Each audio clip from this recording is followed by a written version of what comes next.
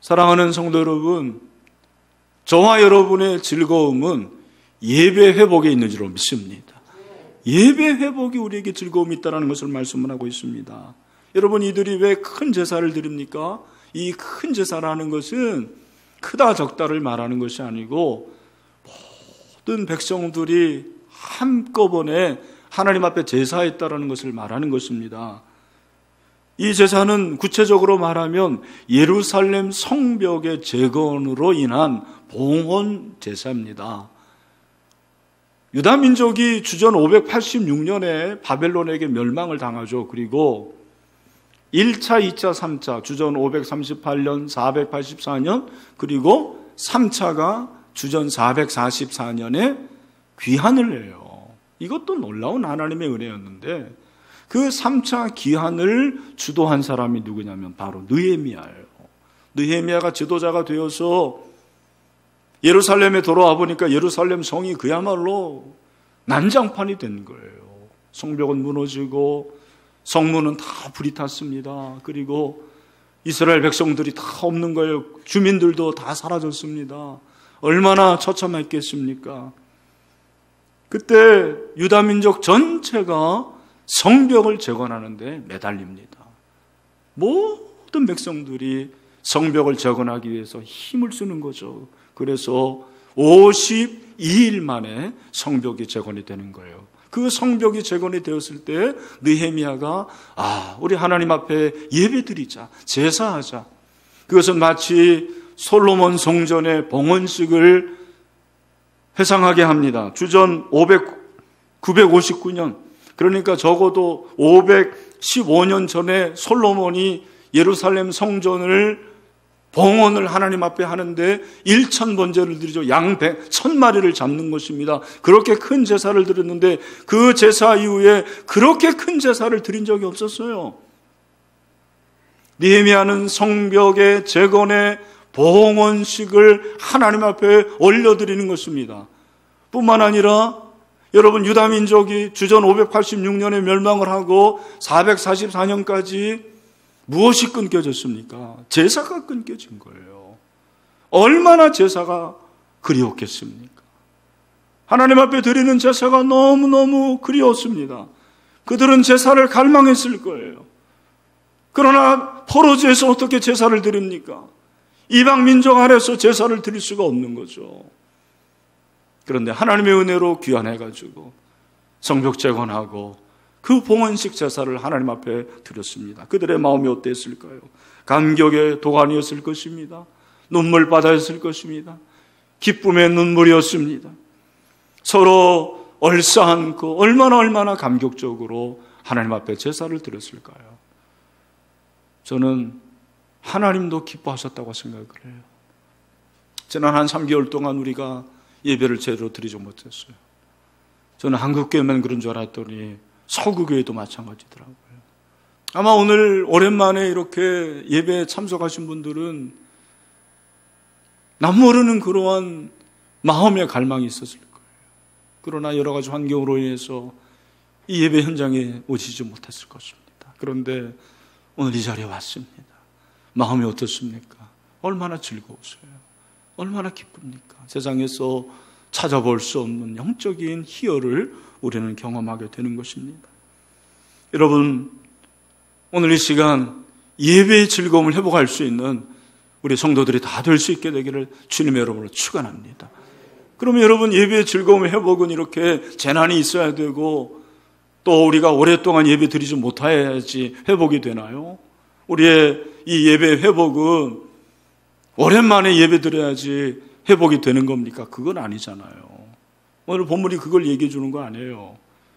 그들이 단지 오랜만에 제사했다고 해서 즐거움이 있었던 게 아닙니다. 그 유다 민족이 하나님 앞에 제사할 때 그 제사 가운데 있었던 것이 무엇인지 아십니까? 먼저 그들에게는 정결함이 있었습니다. 30절 말씀을 한번 보시길 바랍니다. 우리 30절을 다 같이 읽겠습니다. 시작. 제사장들과 레위 사람들이 몸을 정결하게 하고 또 백성과 성문과 성벽을 정결하게 하니라. 아멘. 제사장과 레위 사람들이 하나님 앞에 제사하는데 그냥 시간이 돼서 제사한 게 아니에요. 그들의 몸을 정결하게 합니다. 마음을 정결하게 합니다. 우리 영적 지도자들이 먼저 죄를 회개해야 함을 우리에게 말씀하고 있는 거죠. 저 같은 목사들이 회개해야 된다는 걸 말해주고 있어요. 거룩함으로 서야 됨을 말씀하고 있습니다. 뿐만 아니라 오늘 말씀해 보니까 백성이 정결하죠. 모든 백성들이 자신들의 죄를 회개하고 자복하고 거룩하게 쓰는 것을 볼 수가 있습니다. 심지어는 성벽과 성문까지 정결하게 했습니다. 여러분, 성벽과 성문은 생명체가 아니잖아요. 그럼에도 하나님께 드려지는 거룩한 물건이기 때문에 정결하게 하는 거예요. 얼마나 정결하게 했음을 우리에게 보여주고 있습니다. 저는 하나님, 왜 이 코로나19가 우리에게 왔습니까?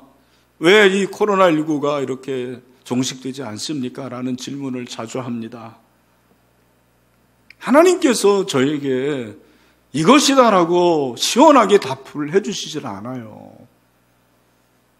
근데 그 과정 가운데서 하나님의 마음을 조금 알 것 같아요. 그게 뭐냐? 너 정결하게 하려고 그러는 거야. 너 정결하게 그러는 거예요. 한국교회를 깨끗하게 하려고 그러는 거예요. 그런 마음을 하나님이 자꾸 주세요. 한국교회가 참 성장하고 그리고 세계 기독교 역사상 유례를 찾아올 수 없는 그런 놀라운 발전을 한 것이 사실입니다. 그러나 한국교회 안에 얼마나 더러운 것이 많은지 모르겠어요. 지도자들의 타락, 성도들의 범죄, 우상숭배, 음란함, 욕심, 교만 이런 것들이 가득한 거예요. 여러분, 다윗을 아시지 않습니까? 다윗이 밧세바를 범합니다. 간음을 범하고 우리아를 죽입니다. 살인죄를 범합니다. 여러분, 그 가운데서 선지자 나단의 책망을 듣습니다. 그가 하나님께 나아갑니다. 눈물로 회개합니다. 눈물로 회개합니다. 침상이 젖을 정도로 그렇게 눈물로 회개합니다. 시편 51편 7, 8절에 보니까 뭐라고 그랬습니까? 우슬초로 나를 정결하게 하소서. 내가 정하리이다. 나의 죄를 씻어주소서. 내가 눈보다 희리이다. 내가 즐겁고 기쁜 소리를 들려주시사 주께서 꺾으신 뼈들도 즐거워하게 하소서. 우리가 하나님 앞에서 회개해야 돼요. 구원의 즐거움은 정결함이 있다는 것을 우리에게 말씀을 하고 있습니다. 하나님 앞에서 우리가 얼마나 큰 죄를 많이 지었습니까? 회개해야 되죠.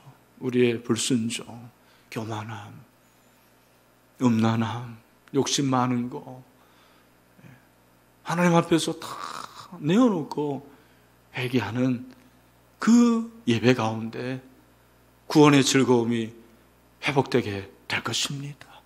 그리고 그때 정말 우리 마음속에 기쁨과 희열이 넘치게 되는 거죠. 오늘 사랑하는 형제자매 여러분, 여러분들이 엄청나게 큰 죄인이라는 걸 말하는 것이 아니고, 여러분, 우리가 하나님 앞에서 정말 내 자신을 돌아보고 우리 교회가 정결하게 설 수 있는, 한국 교회가 거룩해질 수 있는 그런 회개가 임하는 예배가 되기를 주님의 이름으로 축원합니다. 그렇게 예배가 시작이 됩니다. 제사가 시작이 되는데 그 즐거움이 있으니까요. 예배 가운데 뭐가 충만한지 아십니까? 오늘 31절 한번 보세요.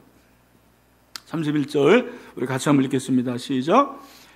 이에 내가 유다의 방백들을 성벽 위에 오르게 하고 또 감사 찬송하는 자의 큰 무리를 둘로 나누어 성벽 위로 대오를 지어 가게 하였는데 한 무리는 오른쪽으로 본문을 향하여 가게 하니, 제가 다 설명을 드릴 수는 없고 감사 찬송하는 자의 큰 무리라고 그랬는데 이게 성가대예요. 성가대. 성가대가 어떤 자들이냐? 감사 찬송하는 자들이에요. 그 감사 찬송하는 자의 무리라는 말이 계속해서 나오죠. 31절에도 나오고 38절에도 나오고 40절에도 나옵니다. 감사 찬송 무엇입니까? 왜 그들의 그 제사에 즐거움이 있었습니까? 다른 게 아니라 뭐가 있었던 거예요? 감사 찬송이 있었습니다. 여러분, 오늘 하나님께 감사하시길 바랍니다. 찬송하시길 바랍니다. 마스크 썼지만 찬송하세요. 예배에 찬송이 빠지면 그거는 안고 없는 찐빵이에요. 너무 올드한 거예요? 좀 요즘 말로 하면 어떻게 해야 되느냐? 제가 생각해 보니까 예배에 찬송이 빠지는 거는 치즈 없는 피자 같아요. 찬송이 있어야 돼요. 근데 그 찬송은 감사예요, 감사. 여러분, 하나님께 찬송할 때 감사가 충만하게 됩니다. 감사는 찬송입니다. 우리는 환경에 얽매이는 자들이 아니에요. 환경을 이기고 극복하는 믿음의 사람들인 줄로 믿습니다. 저희 집 앞에 나무들이 좀 있는데 아침이면 새들이 그렇게 노래를 해요. 이야, 젊었을 때는 새 소리 안 들렸거든요. 나이 드니까 새 소리가 왜 이렇게 좋은지 모르겠어요. 새는 우는 게 아니더라고요. 새는 노래해요. 너무너무 즐겁게 그 아침에 그 소리가 정말 힐링이 돼요. 너무 힘들었을 때 제가 그 새들에게 그랬어요. 이야, 니네들은 코로나도 모르지. 코로나도 없지. 정말 좋겠다. 그런데 우리가 바로 그런 자들이라는 것입니다. 여러분 힘드시죠? 힘들 거예요. 그러나 우리는 감사 찬송하는 자들입니다. 오늘 마음껏 찬송하시길 바랍니다.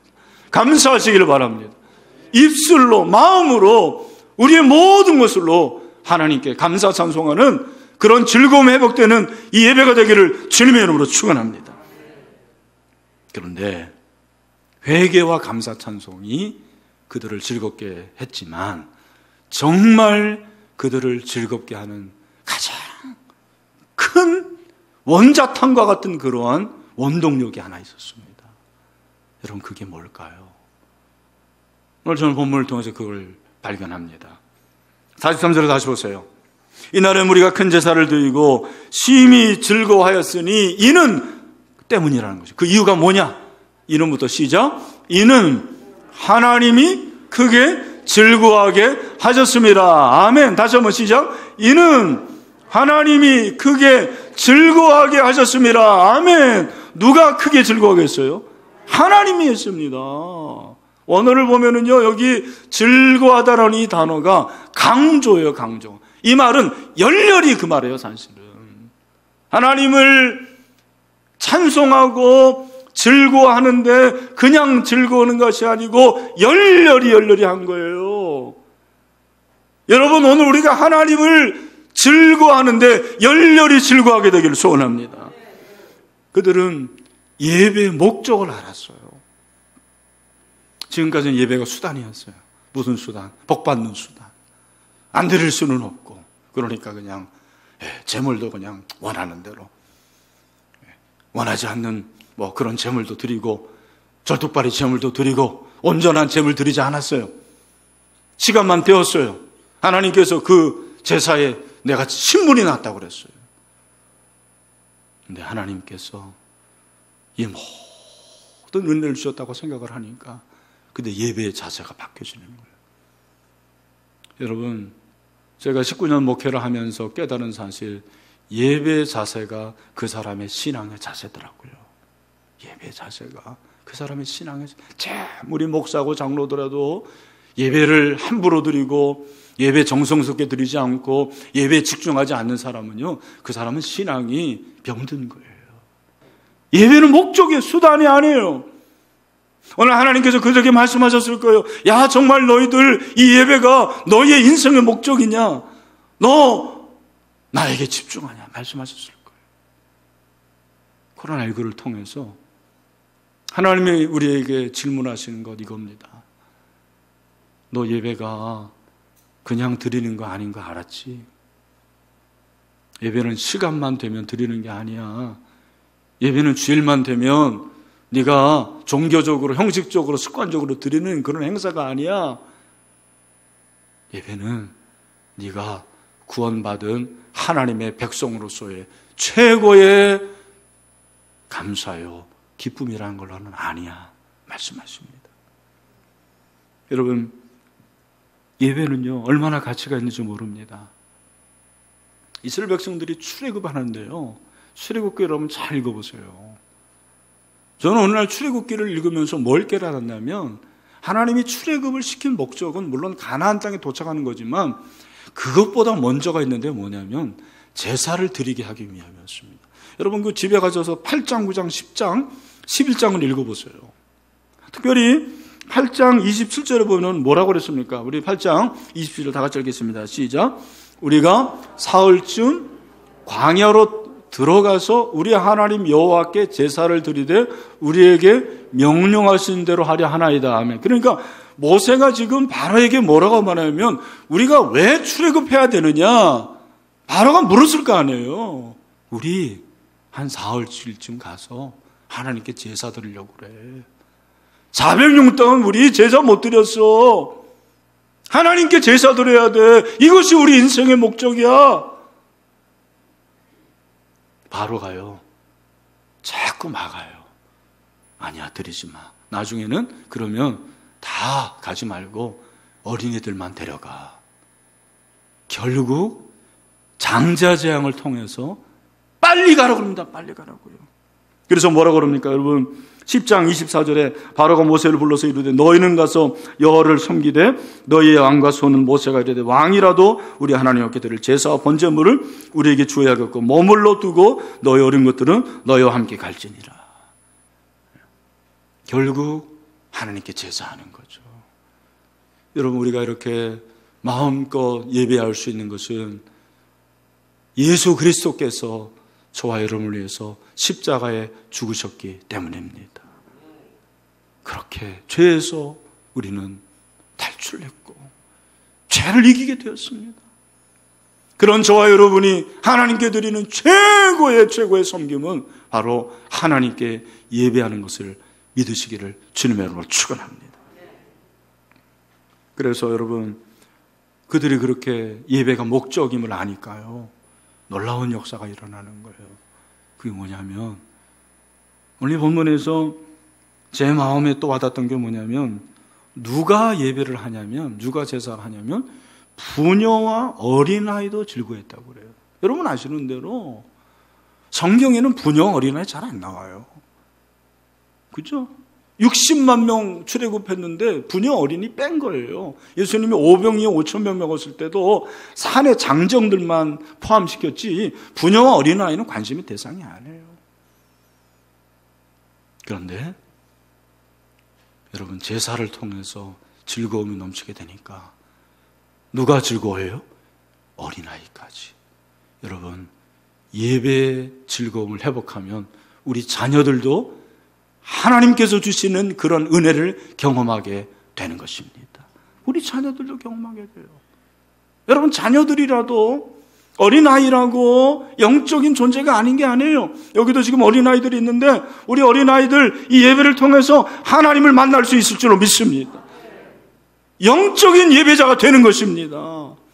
은혜 받으면 그런 거예요. 은혜 받으면 집에서 예배드린 우리 자녀들이 은혜 받아서 하나님이 기뻐하시는 예배자가 되기를 소원합니다. 제 친구 중에 목회를 강남에서 하는 친구가 있는데 그 친구가 어느 날 중3 학생한테 편지를 받았어요. 편지를 소개합니다. 목사님, 저 죽고 싶습니다. 저희 부모는 교회를 다니긴 다니는데 공부 귀신이 붙었는지 공부밖에 모릅니다. 그런데 전 아무리 공부해도 성적이 올라가지 않습니다. 게다가 거울을 보면 얼굴이 폭탄입니다. 도저히 살아갈 수가 없습니다. 그렇게 편지를 쓴 거예요. 이 친구에 내가 어떻게 답을 해줘야 되나 고민하고 기도하는 가운데서 이렇게 답장을 써줬습니다. 들어보세요. 누구누구야, 죽고 싶으면 죽어야지. 그런데 죽기 전에 내 말을 한번 들어봐라. 새우도 깡이 있어 새우깡이고, 양파도 깡이 있어 양파깡인데 사람이 깡이 없어도 되겠냐? 아침에는 고래밥을 먹고 점심때는 사또밥을, 저녁에는 인디안 밥을 먹어라. 잠이 오지 않으면 어려운 수학책을 누워서 들여다봐라. 아무리 잠이 안 와도 잠이 오게 된다. 그리고 거울 보고 실망하면 거울을 보지 마라. 생감자도 튀기면 클레오파트라가 된다는 것을 잊지 마라. 또 한 가지, 인생의 목적은 하나님께 영광을 돌리는 것이다.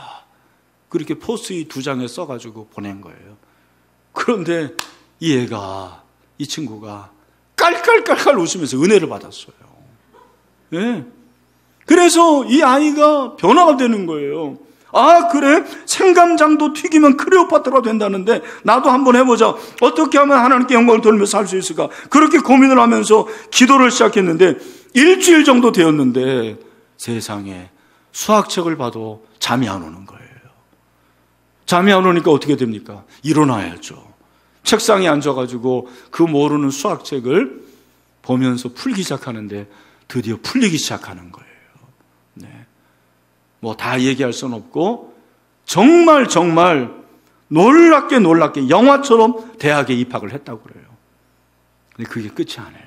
이 친구가 대학에 입학하자 목사님을 찾아왔어요. 목사님, 저 중고등부 교사 할래요. 뭐 네가?